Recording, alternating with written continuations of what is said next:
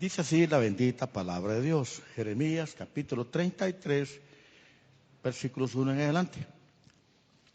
Vino palabra de Jehová a Jeremías la segunda vez, estando Jeremías aún preso en el patio de la cárcel, diciendo: así ha dicho Jehová, que hizo la tierra, Jehová que la formó para afirmarla. Jehová es su nombre. Clama a mí y yo te responderé, y te enseñaré cosas grandes y ocultas que tú no conoces. Vamos a sentarnos, son tan amables.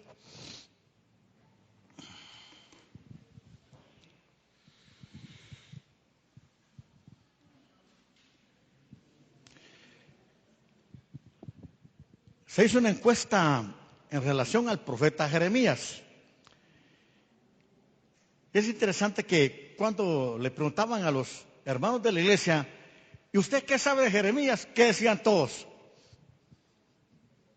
¿Y usted qué sabe de Jeremías? ¿Qué respuesta daban todos? Solamente conocían de Jeremías: clama a mí y yo te responderé. Es interesante, ¿no? Es interesante eso. Y uno les hacía otras preguntas del profeta Jeremías: clama a mí y yo te responderé. Era todo la gran bibliografía. Clama a mí y yo te responderé.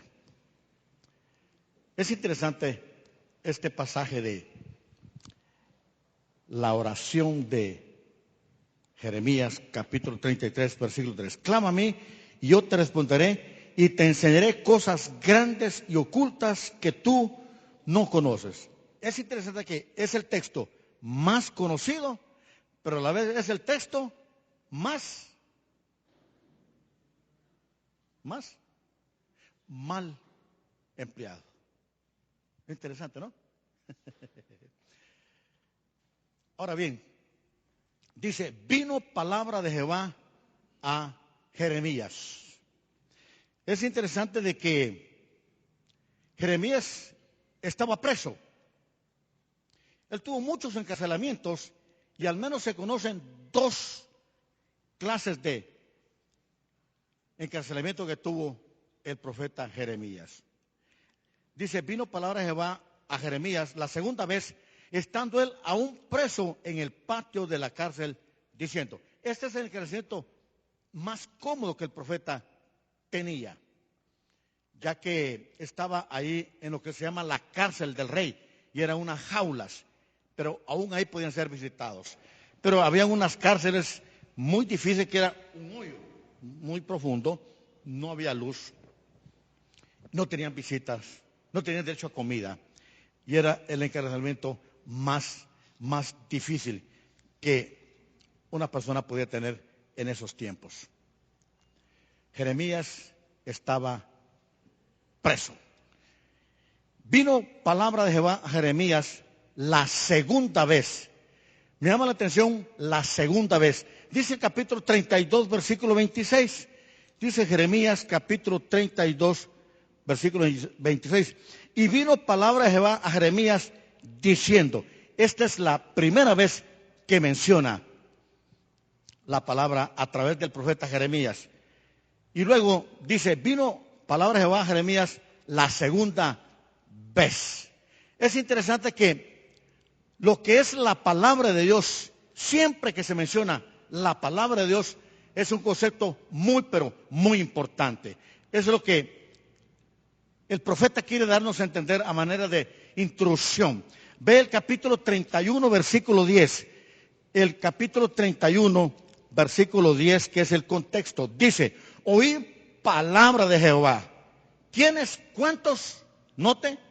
Oh naciones, y hacedlo saber en las costas que están lejos, y decir. Todo lo que tiene que ver con la palabra de Dios, es interesante que es muy importante. Es muy importante. Y este pasaje sobresale porque Dios quiere que lo sepan todas las naciones. Oí palabra de Jehová, oh naciones, y hacerlo saber en las costas que están lejos, y decir. Dios quiere que todo el mundo conozca la palabra de Dios. Pero hay algo que me llama la atención, que es a través del pueblo de Israel. Nota el capítulo 30, versículo 1.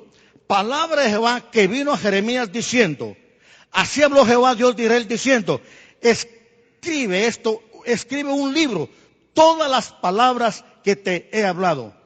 Porque aquí que vienen días, dice Jehová, en que haré volver a los cautivos de mi pueblo Israel y Judá, ha dicho Jehová, y los traeré a la tierra que di a sus padres para que la disfrutaran. Estas pues son las palabras que habló Jehová acerca de Israel y de Judá. Es interesante de que no es bíblico, pero es teológico. Israel es el reloj de Dios. Es una señal para las naciones. Y todo lo que compete con el pueblo de Dios, pues es muy importante. Tiene relevancia.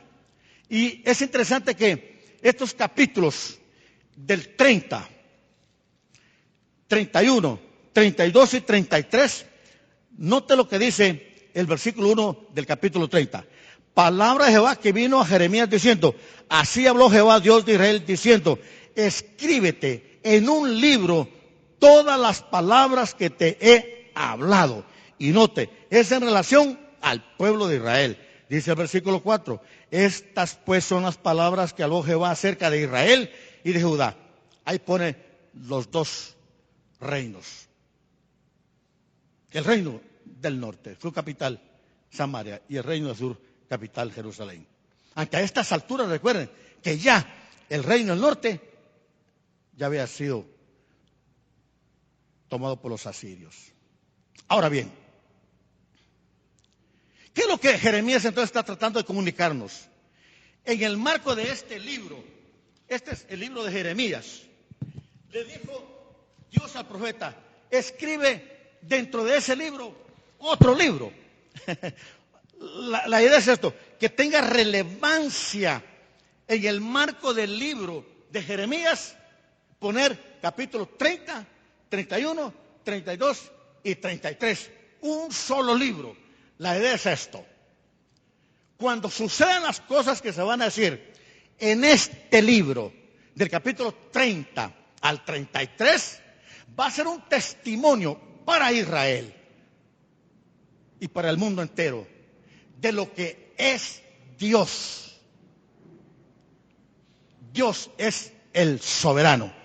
Eso está tratando de comunicarnos a nosotros entonces el profeta Jeremías en este pasaje de Jeremías capítulo 33, versículo 3. Clama a mí y yo te enseñaré cosas grandes y ocultas que tú no conoces. Entonces, primero tenemos a un Dios que habla. Ve el contraste, a un Dios que habla. Porque Israel, Judá, el reino del sur, lo que más había hecho en esa época es la idolatría. Fíjense que 100 años antes había caído el reino del norte por la misma situación, por la idolatría. Y es interesante que el reino del sur, llamado Judá, su capital Jerusalén, llevaba 100 años de haber sabido que el reino del norte había caído por la idolatría y ellos seguían cayendo en ese error de la idolatría. Este libro, dentro del libro de Jeremías, capítulos 30, 31, 32, 33, que sería bueno que lo leyeran en esta semana que viene, trata precisamente de que Dios quiere alertar a Israel a que no caigan en el error del reino del norte, que les iba a pasar lo mismo. Iban a ser llevados de esclavos, solamente que ellos a Babilonia. Y específicamente se les hace ver a ellos en estos capítulos, en el 30, 31, 32 y 33. Entonces, es el Dios que habla. Me gusta mucho ese punto. Es el Dios que habla. Vino palabra de Jehová a Jeremías la segunda vez, estando él aún preso en el patio de la cárcel, diciendo, así ha dicho Jehová. en contraste con los dioses que estaba adorando el pueblo de Israel, que no hablan, que no oyen. Interesante, ¿no? El Dios que habla. El Dios que habla. Pero luego me llama la atención que es el Dios que habla, pero es el Dios de las oportunidades. El Dios de las oportunidades. ¿Por qué? En el año 722 el reino del norte cae a través de los asirios. Y han transcurrido 100 años que Dios está alertando, aleccionando al reino de Judá que no hagan el mismo error porque están en el mismo peligro. Ahora de ser llevados ellos cautivos solamente que con Babilonia a través de Nabucodonosor. 100 años. Pero estos capítulos del 30 al 33, según los estudiosos, porque la dificultad de Jeremías es que no es un libro cronológico, sino es por importancia de temas que se incrustan en un periodo en donde Dios quiere hacer énfasis. Pero lo más importante de estos capítulos del 30 al 33 es que algunos estudiosos dicen que Dios les está dando la última oportunidad. Pasaron 100 años. Pero aquí, en ese transcurso de estos capítulos, algunos dicen que les llevó 25 años estar Jeremías diciéndole, abandonen la idolatría, busquen a Dios, van a ser llevados a esclavos. Nabucodonosor va a conquistarlos. 25 años. Ya en los últimos dos capítulos, algunos creen que son 10 años de oportunidad. En el 33 solamente le queda un año de oportunidad al reino de Judá. Y la gran pregunta es, el Dios que habla, el Dios de las oportunidades, ¿aprovechó el reino de Judá la oportunidad para nosotros llevarlos cautivos a Babilonia? La gran pregunta. No. Es interesante eso, ¿no? El Dios que habla, el Dios de las oportunidades, no fueron aleccionados. Ahora bien, entonces tenemos ahora el Dios que se revela en un contexto de los pactos, porque el problema de los dos reinos, tanto del norte como del sur, es que abandonaron los pactos que Dios había hecho con ellos. Algunos pactos eran condicionales, otros incondicionales.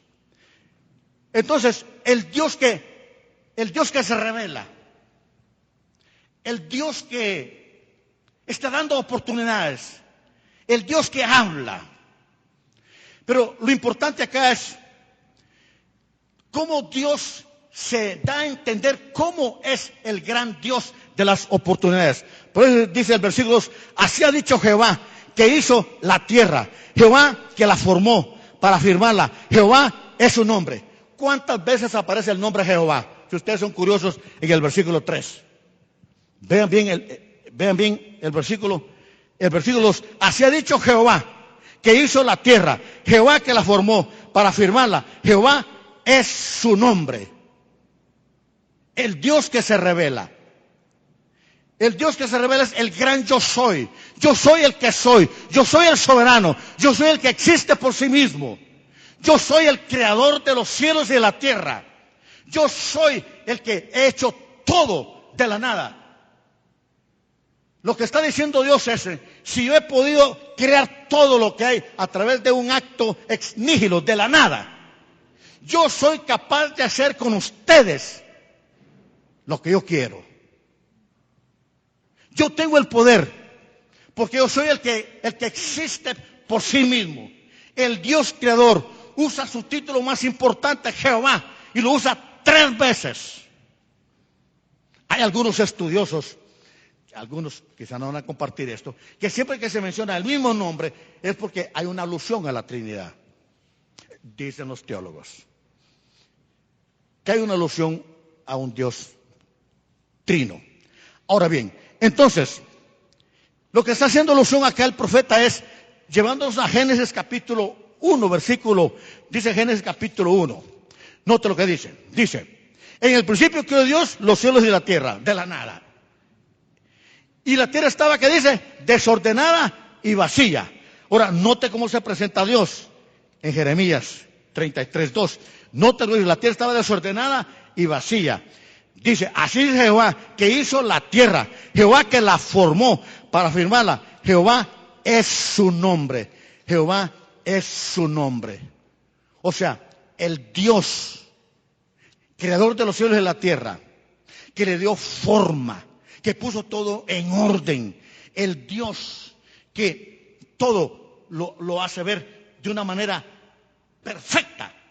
Si Dios es capaz de hacer eso, puede hacer dos cosas importantes con el pueblo de Israel. Puede hacer que sean destruidos por el reino de Babilonia, por Nabucodonosor. Y eso fue lo que pasó. Eso fue lo que pasó. Entonces, se descuidaron ellos en su relación con Dios y fueron destruidos.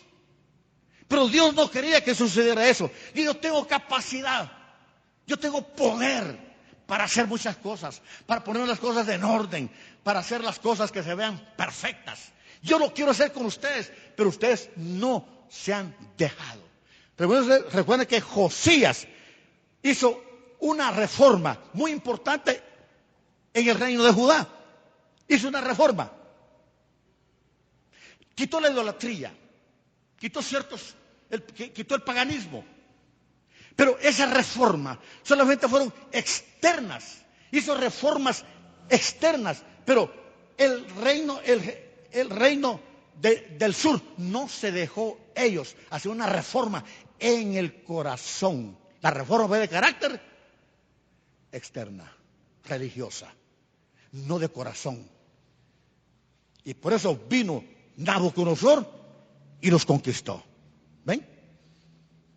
Entonces, el Dios que habla es el Dios también que busca, que trata que nosotros le busquemos.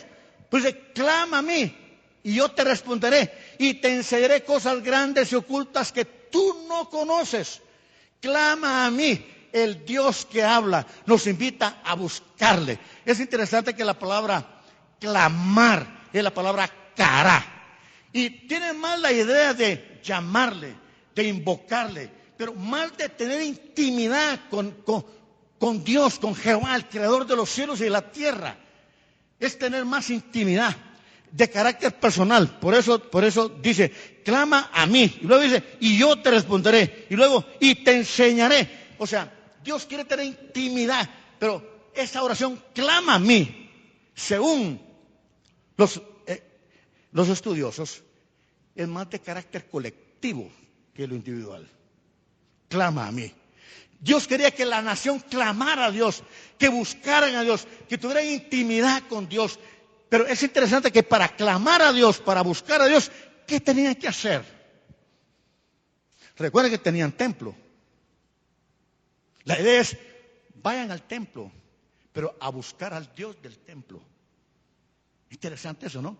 Debían de ir al templo, pero a buscar a Dios, a tener intimidad con Dios, a buscar la intimidad con el Dios creador de los cielos y de la tierra. Mas, sin embargo, ellos no lo hicieron. Entonces, el Dios que habla también es el Dios que desea enseñarnos cosas a nosotros. Por eso nos dice, clama a mí y yo te responderé y te enseñaré. Me llama la atención el contexto que es el capítulo 32, versículo 33. Mire, ese contexto es muy interesante. Dice el 33.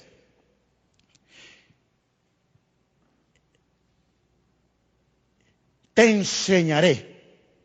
Aquí se presenta un Dios como un maestro, como un pedagogo, que tiene algo que el pueblo tiene que aprender, pero desafortunadamente a través de la experiencia, a través de la vida misma de ellos. Me hicieron una pregunta, estaba participando en una actividad de jóvenes y una señorita insistía mucho en el aspecto de la droga.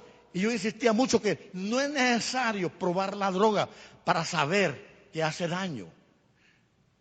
Dios quería enseñarle al pueblo de Israel, pero no a través de la vivencia, de la experiencia que estaban teniendo. Por eso dice el capítulo 32, versículo 33. Note lo que dice. Y me volvieron la cerviz y no el rostro. Y cuando los enseñaba desde temprano, sin cesar, no escucharon para recibir corrección. Se les dio una oportunidad de ser aleccionados, pero sin la experiencia, conociendo la palabra de Dios, pero ellos no aprovecharon la oportunidad. Entonces tuvieron que ser aleccionados a través de ser llevados de esclavos a Babilonia, ya en la vivencia, en la vida de ellos. Por eso nota el 32:29 dice, y vendrán los caldeos que atacan esta ciudad, Babilonia, por la ruta, pues eran del norte, por la ruta que tomaban, y la pondrán a fuego y la quemarán. Asimismo las casas sobre cuyas azoteas ofrecieron incienso a Baal y derramaron libaciones a dioses ajenos para provocarme a ira. Note dónde pecaban ellos. Y vendrán los caldeos que atacan esta ciudad y la pondrán a fuego y la quemarán a sí mismo. Y la quemarán. Asimismo, las casas sobre cuyas azoteas ofrecieron incienso a Baal. Actos públicos. Yo era pastor de la iglesia presbiteriana de Cruz Zacapa. Carlitos García conoce.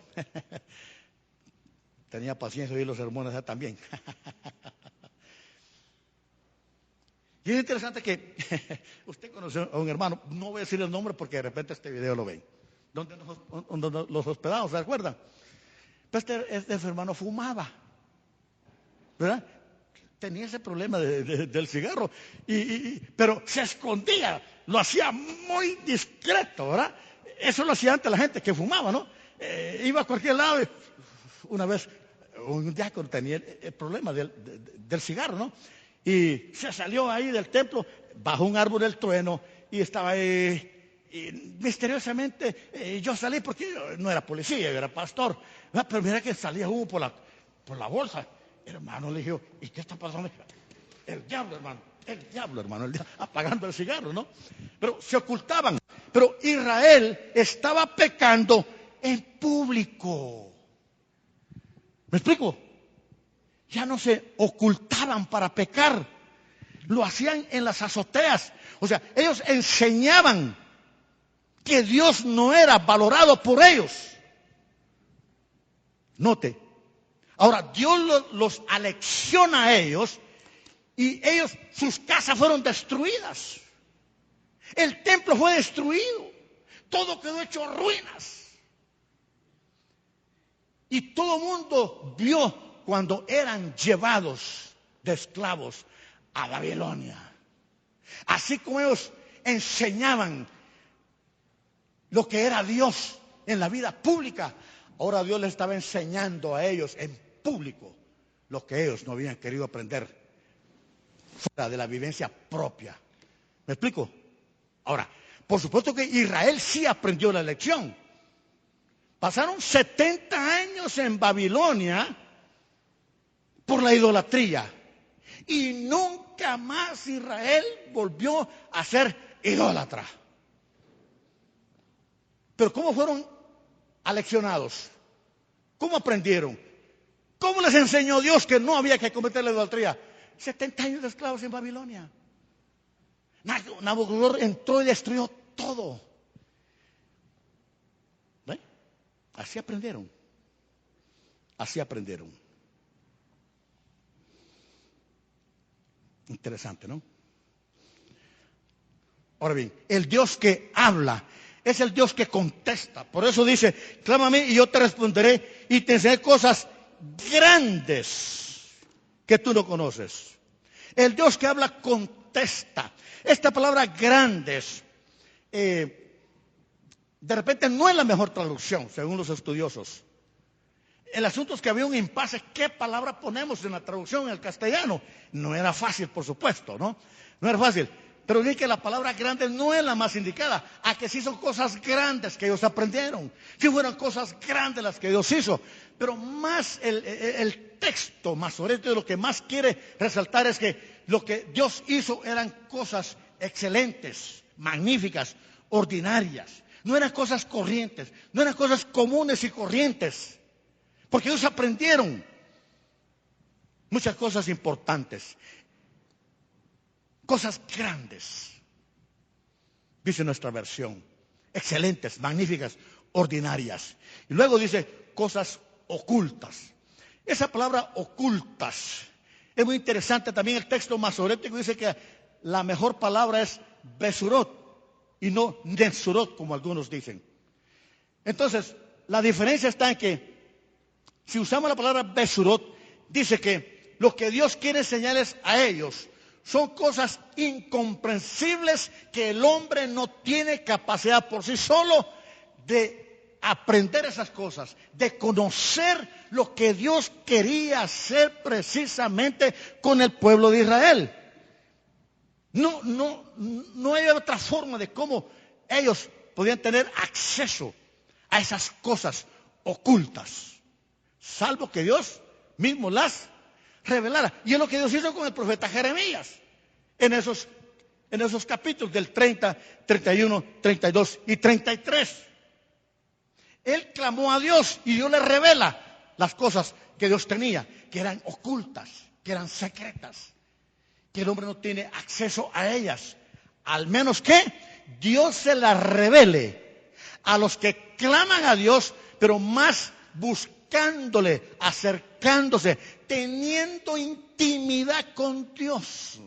Es el concepto de Jeremías, buscar a Dios, acercarse a Dios, tener intimidad con Dios. Es lo que quiere tratar de decir el profeta acá. Ahora bien, tres cosas ocultas que el pueblo tuvo que aprender. Primero, dice el capítulo 33, versículos 4 y 5, tres cosas ocultas que Dios se las reveló al profeta, por supuesto. Dice el 33, 4 y 5. Porque así ha dicho Jehová, Dios de Israel, acerca de las casas de esta ciudad y de las casas de los reyes de Judá, derribadas con arietes y con hachas. Porque vinieron para pelear contra los caldeos, para llenarlas de cuerpos y de hombres muertos, a los cuales herí yo con mi furor y con mi ira, pues escondí mi rostro de esta ciudad a causa de toda su maldad. O sea, no aprendieron ellos, no fueron aleccionados. El Dios que habla, que les dio oportunidad, no abandona la idolatría, no buscan a Dios de corazón, no abandonan la religión porque eran buenos para la religión. Sí iban al templo, sí llevaban sus sacrificios, pero no buscaban a Dios, no se arrepentían, no cambiaban. Y Dios permitió que Nabucodonosor los conquistara y les destruyó sus casas. Todo quedó hecho ruinas y destruye el templo. Lo que ellos pensaron que Dios nunca iba a permitir, Dios se lo revela. Pero es una cosa grande. ¿Cómo es que Dios permite que el templo fuera destruido? Porque antes Dios había permitido que el templo no fuera derribado, que ellos no fueran conquistados. Dios peleó con ellos. Y ellos empezaron a descuidarse y empezaron a tener el templo como algo mágico. Como algo mágico, ¿no? Entonces pensaron, bueno, si hay templo, Dios nunca va a permitir que seamos conquistados. Es una cosa que tuvieron que aprenderlo. Era algo grande que Dios tenía para ellos, algo oculto. Sí fueron conquistados, fueron destruidos, quedó ruinas. No quedó piedra sobre piedra, el templo fue destruido. Pues Dios se revela como el Dios creador, que puede poner en orden todo, que puede hacer que las cosas sean ordenadas. Y Dios se revela como el Dios creador. Entonces fueron derribados sus casas, todo fue destruido, quedó un caos, todo vacío, desordenado. Fueron objeto de burlas. Segunda cosa oculta, capítulo 32, versículos 36 al 38. Primero fueron destruidos, fueron conquistados por Nabucodonosor. Dice el 32, capítulo 32, versículo 36. Note lo que dice. Y con todo, ahora sí dice Jehová, Dios de Israel, a esta ciudad, de la cual decís vosotros, entregada será en manos del rey de Babilonia, a espada, a hambre y a pestilencia. Y aquí que yo los reuniré de todas las tierras a las cuales los eché con mi furor y con mi enojo e indignación. grande, y los haré volver a este lugar y los haré habitar seguramente. Y me serán por pueblo y yo seré ellos por Dios. Primero fueron conquistados. Ellos dijeron, ¿cómo es posible? Ahora, dos, pasaron 70 años y regresaron, aleccionados. Nunca más volvieron a cometer el pecado de idolatría. A que en el Nuevo Testamento cometen un pecado peor, no sé si lo saben, pero algo extra, ¿no? Nunca cometieron el pecado de idolatría, pero cometieron un pecado peor. ¿Cuál es? ¿Alguien lo recuerda?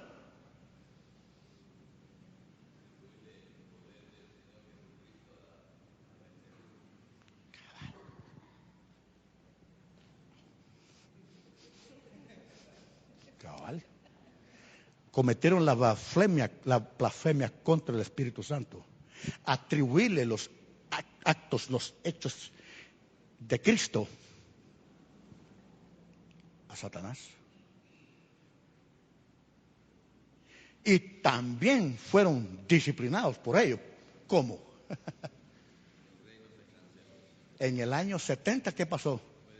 Fue destruido otra vez el templo. El Dios de las oportunidades. Pero hay que ponerle atención al Dios de las oportunidades. Porque es el Dios que tenía algo oculto para ellos. Porque ellos nunca pensaron que Dios iba a permitir que fueran conquistados, que el templo fuera destruido. Eso era algo para ellos, una cosa grande, algo oculto. Y sí sucedió. Dos, por supuesto, 70 años y todos regresan. Aleccionados, ¿no? Interesante, interesante. Y la tercera cosa, oculta. Es interesante la palabra oculta. Dice el capítulo 32, versículo 39. Jeremías 32, versículo 39. Mire qué interesante es ese. Dice, y les daré un corazón y un camino para que me teman. ¿Pero qué dice? Perpetuamente. Para que tengan bien ellos y sus hijos después de ellos una descendencia. Y haré con ellos pacto eterno, que no me volveré atrás de hacerles bien, y pondré mi temor en el corazón de ellos, para que no se aparten de mí. Interesante, ¿no? Número 3. Primero, ser destruidos, ser conquistados por Babilonia, Nabucodonosor. Número 2, van a regresar aleccionados, ya no van a cometer el error de la idolatría. Y número 3, es el Dios de los pactos que se revela en Jeremías capítulo 33. El Dios de pactos, el Dios creador de los cielos y la tierra, el Dios que tiene poder de hacer cosas de la nada. Pero es el Dios que tiene la capacidad también ahora de hacer un pacto. El pacto nuevo es donde ellos en el milenio van a retornar de todas partes del mundo donde han sido dispersos. Aunque recuerden que en la tribulación, en la gran tribulación, Israel va a ser perseguido. Pero van a ir retornando. Y en el milenio, el pueblo de Israel, el Estado de Israel, va a ser la capital del mundo. Va a ser el país más importante en lo político, en lo económico, pero principalmente va a ser la capital espiritual del mundo. Dios va a hacer que ellos se vuelvan a Dios, que busquen a Dios. Y ese es en el nuevo pacto. Sería interesante pues hablar un día de los pactos de Dios con el pueblo de Israel. Pero no tengo tiempo de ello en esta mañana. Entonces, escatológicamente, hay un plan de Dios para el pueblo de Israel. Y me llama la atención este pasaje que tengo acá. Dios va a ser el rey de ellos. Hay un dato que quiero dejárselo acá. El capítulo 33, versículo 15. Dice Jeremías 33, versículo 15. Dice, note lo que dice Jeremías capítulo 33, versículo 15. A ver si logro explicarles eso. Dice, siempre que la palabra viene en días es una frase escatológica que habla del milenio, del nuevo pacto. Aquí vienen días, dice Jehová, en que yo confirmaré la buena palabra que he hablado a la casa de Israel y a la casa de Judá, los dos reinos, un solo pueblo. En aquellos días, es otra frase escatológica, y en aquel tiempo, es otra frase que está hablando de lo escatológico del milenio, en aquellos días, en aquel tiempo, haré brotar a la vid. ¿Qué dice? ¿Quién es ese renuevo? Es Jesucristo. Es Jesucristo. Cristo va a ser el Rey de reyes, Señor de señores del pueblo de Israel. Todo mundo va a creer en Cristo Jesús. Siempre las reglas tienen su excepción, pero será la excepción.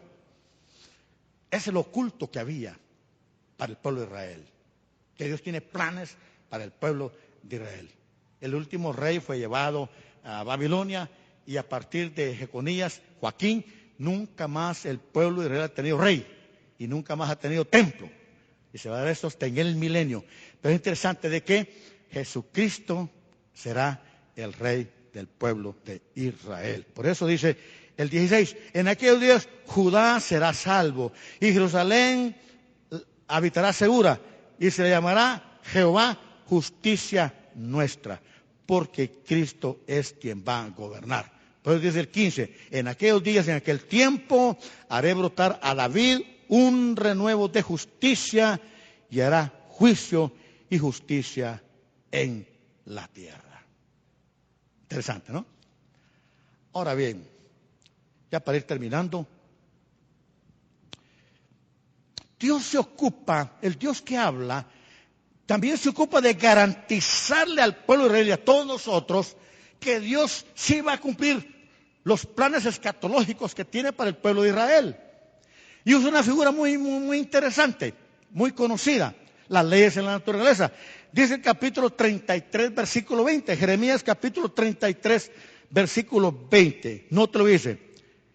Así como estas leyes están bajo control de Dios, bajo la soberanía de Dios, bajo la providencia de Dios, donde Dios está conduciendo todo a sus planes, a sus propósitos, en lo escatológico del pueblo de Israel. Y por supuesto que todos nosotros también, nos beneficiamos del nuevo pacto que Dios va a hacer con el pueblo de Israel. Tenemos nosotros el perdón de los pecados, también tenemos nosotros la bendición de tener el Espíritu Santo, pero este pacto es exclusivamente con el pueblo de Israel. La iglesia sí es beneficiada de esto, pero como un resultado, como un efecto. Es interesante que dice el versículo 20, así ha dicho Jehová, si pudieres invalidar mi pacto, no se puede, ese pacto con David, el nuevo pacto, con el día y mi pacto con la noche, de tal manera que no haya día ni haya noche a su tiempo. Pregunto, ¿cuándo va a dejar de haber día? ¿Cuándo va a dejar de haber noche? Dios dice, siempre que amanece, Dios tiene planes por el pueblo de Israel, va a cumplir lo que dice. Y un día Cristo va a reinar en el pueblo de Israel. Así como hay noche, Dios está en control de la ley de la naturaleza. Dios está en control de Jeremías 33:3. Clama a mí, yo te responderé y te enseñaré cosas grandes y ocultas que tú no conoces. Que Dios tiene planes para el pueblo de Israel. Tiene planes para el pueblo de Israel. Y por supuesto, ahí pues es bendecida la iglesia también. Entonces, las garantías. Miren el versículo 25. Acá dice el 21.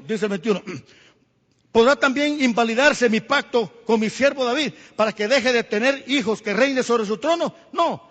Y mi pacto con los levitas y sacerdotes, mis ministros, tiene que ver que va a haber templo nuevamente, ¿no?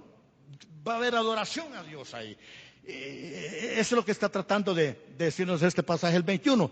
¿Podrá también invalidarse mi pacto con mi siervo David para que deje de tener hijo que reine sobre su trono? Y mi pacto con los levitas y sacerdotes, mis ministros. 22. Voy a saltarme y luego regreso. Vamos al 25, si son tan amables. Dice Jeremías 33, 25. Así ha dicho Jehová, el Dios que habla. Si no permanece mi pacto con el día y la noche, si yo no he puesto las leyes del cielo y de la tierra, si eso no se puede hacer, si no tengo esa capacidad de Dios, también desecharé la descendencia de Jacob, de David mi siervo, para no tomar de sus descendencias quien sea Señor sobre la posteridad de Abraham, de Isaac y de Jacob. Porque haré volver a sus cautivos y tendré de ellos misericordia en el milenio. Dios garantiza el cumplimiento de la palabra de Dios. Interesante, ¿no? Muy interesante. Entonces, Joaquín fue el último rey que tuvo el pueblo de Israel, llamado Jeconías también. Y Dios dice, sí hay futuro, sí hay futuro. Ahora bien, hay mucha especulación y el arrebatamiento y la segunda venida de Cristo. Y hermanos, ¿qué tan cerca estamos? ¿Qué tan cerca estamos? A veces, cuando se explica mucho del rapto, el arrebatamiento de la iglesia, pues si somos descuidados nosotros, buscamos más meterle miedo a las personas, ¿verdad? Para que vean a Cristo, se reconcilien. Pero son actos externos porque manipulamos las conciencias de las personas y eso no es correcto. Pero fíjense que hay un texto acá que yo quiero dejárselos acá, muy interesante. El capítulo 33, versículo 22. Un dato mero interesante. Dice Jeremías 33, versículo 22. Cuesta, hermanos, comprimir esto porque recuerden que son capítulos 30, 31, 32, 33 y 40 minutos. Y eso pues cuesta mucho decirlo en una prédica. Pero dice el 22. Como no puede ser contado el ejército del cielo, ni la arena del mar se puede medir, así multiplicaré la descendencia de David, mi siervo, y los levitas que me sirven. Vino palabra de Jehová a Jeremías diciendo, hay futuro para el pueblo de Israel. Es interesante que cuando Galileo descubre el aparato para ver el espacio, dice que apenas pudo contar. ¿Cuántas estrellas se recuerdan? Yo todavía estuve en los básicos. 1000 estrellas pudo contar Galileo. Ya la ciencia más adelantada, Copérnico, dice que llegó a contar 5000 estrellas. Ahora, yo sé exactamente cuántas estrellas hay. Pero yo sé el número exacto. A ver, desafíeme. Voy a contarles de regreso, ¿de acuerdo? ¿Sabe cuál es el número exacto de las estrellas realmente? Está en la Biblia. Lea el versículo, ¿qué dice ahí el 22?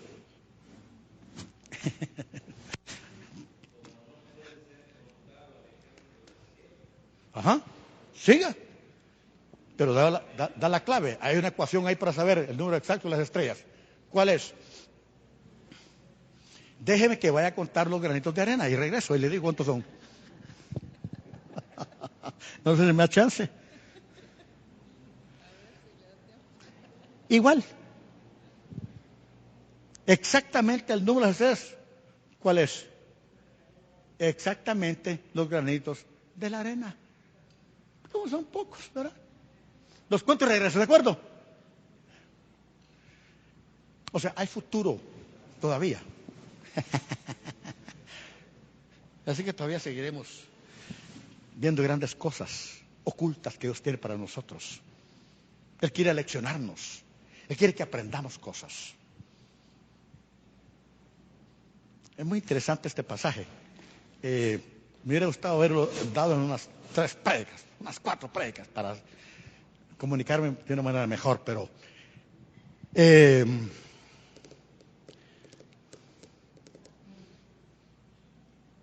un teólogo dice de que aún falta mucho para el número que Dios tiene de salvos para el pueblo de Israel, pero nos puede llevar a un extremo y descuidarnos a nosotros en la vida, no cultivar la vida espiritual.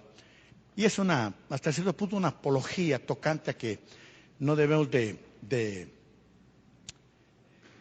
manipular a las personas tocante al arrebatamiento de la iglesia. Me parece bastante mesurado su manera de ver esto. Ahora bien,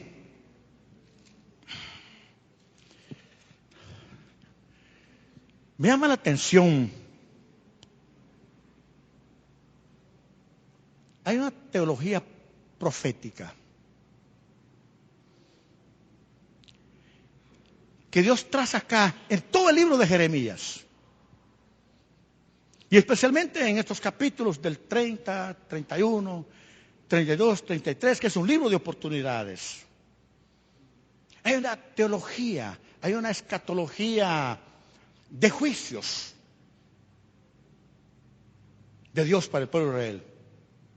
Pero en medio de esa teología de juicios, esa palabra profética de juicios, de disciplina, para leccionar, para que aprenda el pueblo de Israel cosas, de no dejar a Dios. Hay en medio de todo ello una teología de esperanza. Y es lo que más me impacta. La teología de esperanza. En donde Dios se compromete en ese pacto de estar trabajando en ellos, de estar obrando en ellos. Y dice, a pesar de todo eso, hay futuro. Y a pesar de todo eso, lo que yo he hecho, no olviden, dice que yo les tengo un amor, y dice, un amor eterno. Y no quiero meterme en la palabra ahí porque ahí me lleva 10 minutos explicar ese nivel de amor de Dios. Es un amor eterno, no caduca, no tiene calidad de fenecimiento. Esa teología de esperanza. Y eso está para nosotros en esta mañana. En medio de las cosas que vemos, ¿cómo vemos nosotros este mundo? Como alguien dice, ay pastor, oremos que no vaya a ganar Donald Trump, dice, ¿verdad? Pero antes me llamaban, ay que no vaya a ganar Sandrita, ¿verdad? Hay una teología de esperanza. Nosotros dependemos del Dios creador de los cielos y de la tierra, que es el Todopoderoso. Es el gran yo soy. El que no solamente es soberano, sino también es providente. Todo está conduciéndolo para el bienestar de cada uno de nosotros. Así como ha estado conduciendo al pueblo de Israel, está conduciendo a la iglesia. Lo está conduciendo usted y para mí. Y dentro de lo que vemos nosotros, hay una teología de esperanza para nosotros. El Dios que no abandona al pueblo de Israel. Es el Dios que está con nosotros también. Y si algo para aprender de aplicar un poquito este texto, se lo voy a dejar acá. A mí me ayudó, no sé si les puede ver a ustedes, pero yo un día le dije a Dios, Señor, le dije, yo quiero que tú me hables, que tú me hagas ver, que tú me reveles de la muerte de mi hijita, Eunice. Vivió apenas 37 días. Todos los días íbamos a verla. Todos los días íbamos a verla. Al hospital. Todos los días con mi amada esposa. Orábamos en la noche. Pues nunca habíamos tenido de veras una búsqueda de Dios tan profunda. Pero fue por el dolor de nuestra hijita, que estaba en el hospital. Y se iba recuperando. Hicimos todo humanamente, lo posible. Aprendí a no usar tarjetas porque usé las tarjetas debidamente para ciertas medicinas que tuvimos que comprar. Trajimos unas medicinas de España para ella. El último grito de la moda médica. Con mi esposa, pues, adquirimos unos compromisos de pago. Porque no me gusta usar la palabra deudas, porque deuda es lo que uno puede pagar. Pero con las tarjetas compramos ciertas medicinas. Pero gracias a Dios, Dios nos proveyó. Lo cierto es que murió la niña. Y eso empezó a dar mucho conflicto con mi esposa. Porque ella me decía, es que tú tuviste la culpa. Nunca llegaste a tiempo a traerme a la oficina. Ella trabajaba en un edificio aquí por la avenida Reforma. Y hermanos, solo faltaba que de veras, ese carrito viejo, hermanos, ya volaban las pistones por todos lados. Y yo orando y clamando. Yo no sabía por dónde iba, hermanos, que en una calle me fui contra la vía y Dios hizo que nadie llegara, hermanos. No sé si todavía los de Meta me pueden poner la multa por recogerla a ella. Y la vi al hospital. Pero ella, tú tuviste la culpa. Y yo también. No, es que tú no me amaste a tiempo. Y hermanos, empezó una situación difícil. Y nuestro matrimonio empezó a deteriorarse.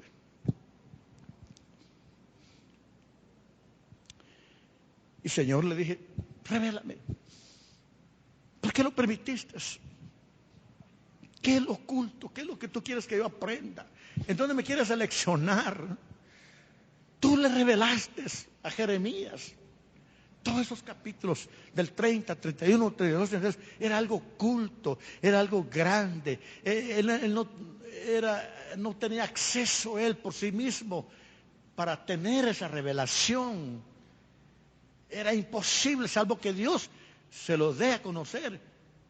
Y Dios le revela esas cosas, ¿no? Clámame y yo te responderé. Y te enseñaré cosas grandes y ocultas que tú no conoces.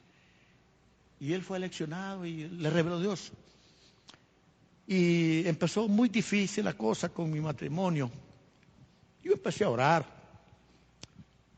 Yo tengo un hábito que siempre que me acuesto, la primera vez que despierto, pues me pongo a orar. Esa es mi norma, es un hábito. A veces me ha tocado ir a funerarios, a predicar. Si me acuesto a las 3 de la mañana, pero si despierto a las 5 me levanto a orar. Pero si me acuesto a las 10 y despierto a las 12, pues me pongo a orar. Pero empecé a hacerlo con mayor insistencia. Señor, revélame. ¿Por qué permitiste que muera Eunice? ¿Cuál es la lección que quieres que aprenda? ¿En qué quieres que yo sea leccionado? Y mira, nuestro matrimonio, nos estamos culpando el uno con el otro. Y ustedes saben que mi comida favorita es pollo brujo, ¿no? Me tiene como hechizado ese pollo.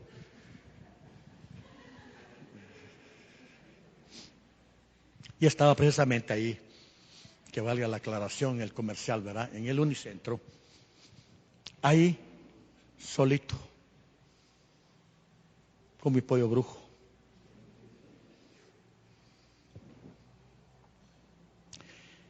Y mi esposa tenía una actividad con mis hijitas.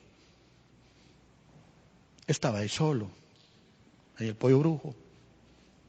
Pues desanimado, porque a quién le gusta estar solo, ¿no? No disfrutando mi pollo tan... Pero cuando alguien me pone sus manos en los hombros atrás, yo dije, qué raro que mi esposa está aquí, ¿verdad? Pero luego uno siente el olor de la esposa, el aroma de la esposa, el toque de la esposa. Yo dije, no es mi esposa, ¿verdad? El olor, el acento de su perfume. Me explico. Bueno, no era mi esposa, mi amada esposa. Pero sí una dama muy linda, muy elegante, eso sí, ¿verdad? No más que mi esposa, por supuesto, ¿no?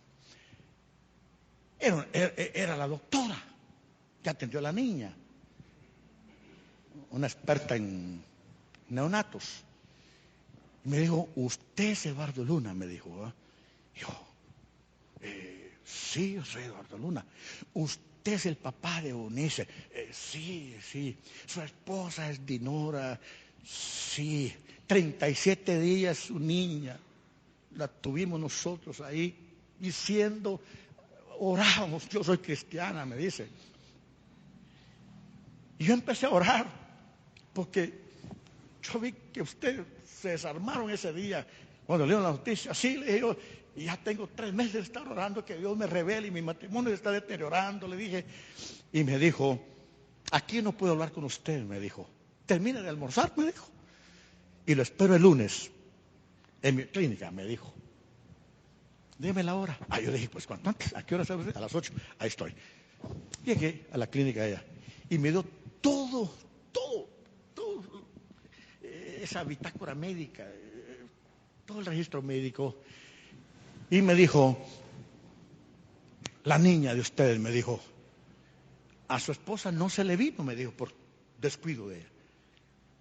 No fue eso. Lo que pasa es que la niña tenía un tumor en el cerebro y el mismo cuerpo, como un mecanismo de defensa, lo abortó. Usted no es culpable, Eduardo Luna. Su esposa no es culpable. Estos son misterios de Dios. Dios me lo ha revelado a mí. Como médico me dijo, y se lo digo a usted, no sé qué Dios le quiere revelar a usted. Hay cosas que Dios quiere a nosotros, aunque sean muy ocultas, muy grandes. Hay que buscar a Dios, acercarnos más a Dios. Clámame y yo te responderé. Y te voy a enseñar esas cosas que son inaccesibles. Si estás lejos, si estás separado. Clamar no es tanto gritar como algunos creen. Es más que todo acercarse a Dios. Tener intimidad con Dios. Buscar más a Dios. Ellos iban al templo de manera religiosa. Yo no sé qué tú quieres o necesitas que Dios te hable, que Dios te revele. No sé qué pudiera ser que Dios te quiera hablar hoy en esta mañana. Pero Dios sí revela cosas. Dios sí habla cosas. Dios quiere enseñarte cosas todavía. Ese texto aún está vigente, aunque su contexto es un clamor colectivo para el pueblo de Israel. Puede ser como iglesia, puede ser como familia, como matrimonio. Pero bien pudiera ser a manera de aplicación de carácter personal, según la situación que tú estés viviendo, según lo que tú estés pasando. Porque Dios lo hizo conmigo, lo hizo con mi esposa, lo quiere hacer contigo también. Clama a mí y yo te responderé. Hay cosas que no, así nomás no las vas a comprender. Dios tiene que revelarse, el Dios que habla, el Dios que se revela, el Dios que quiere leccionarte, el Dios que quiere también darte esa teología de esperanza para tu vida. Dios lo hizo conmigo, lo quiere hacer contigo también. Si algo te está hoy quemando, inquietando, dudando de Dios, hay una teología de esperanza. Es el Dios del amor eterno que permitió que Israel fuera disciplinado, que fuera castigado.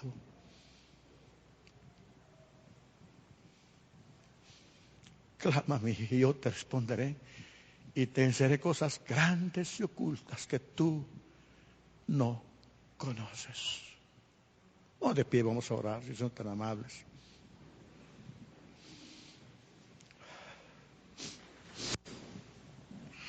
Joelito, Padre, si nos ayuda con la oración, si es tan amable. No me siento en condiciones de orar ahorita.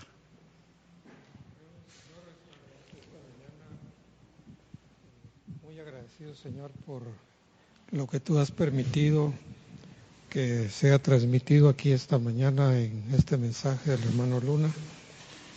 Y ese texto también de Jeremías, Señor, en que debemos de veras clamarle a Él.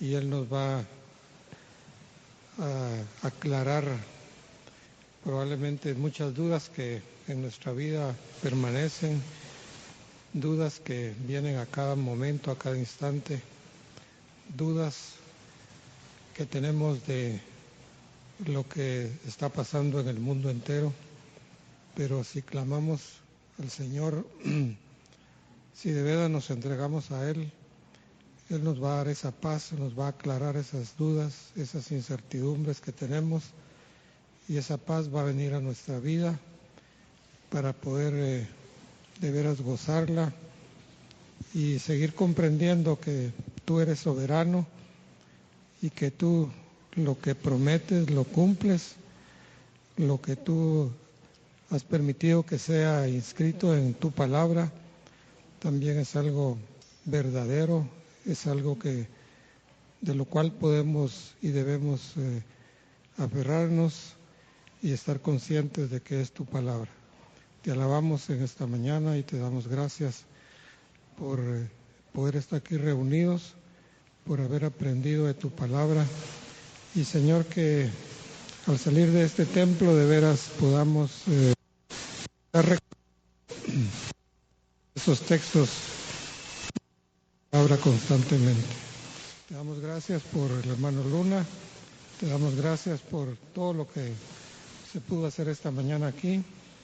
Te alabamos, te glorificamos Y permite, Señor, que siempre podamos estar firmes en ti, confiando en ti, amándote, respetándote, cumpliendo lo que tú quieres que nosotros cumplamos. Despídenos, pues, Señor, en esta mañana con paz, con tranquilidad, y que este inicio de semana también sea de bendición para todos. En nombre de Cristo Jesús oramos. Amén y amén.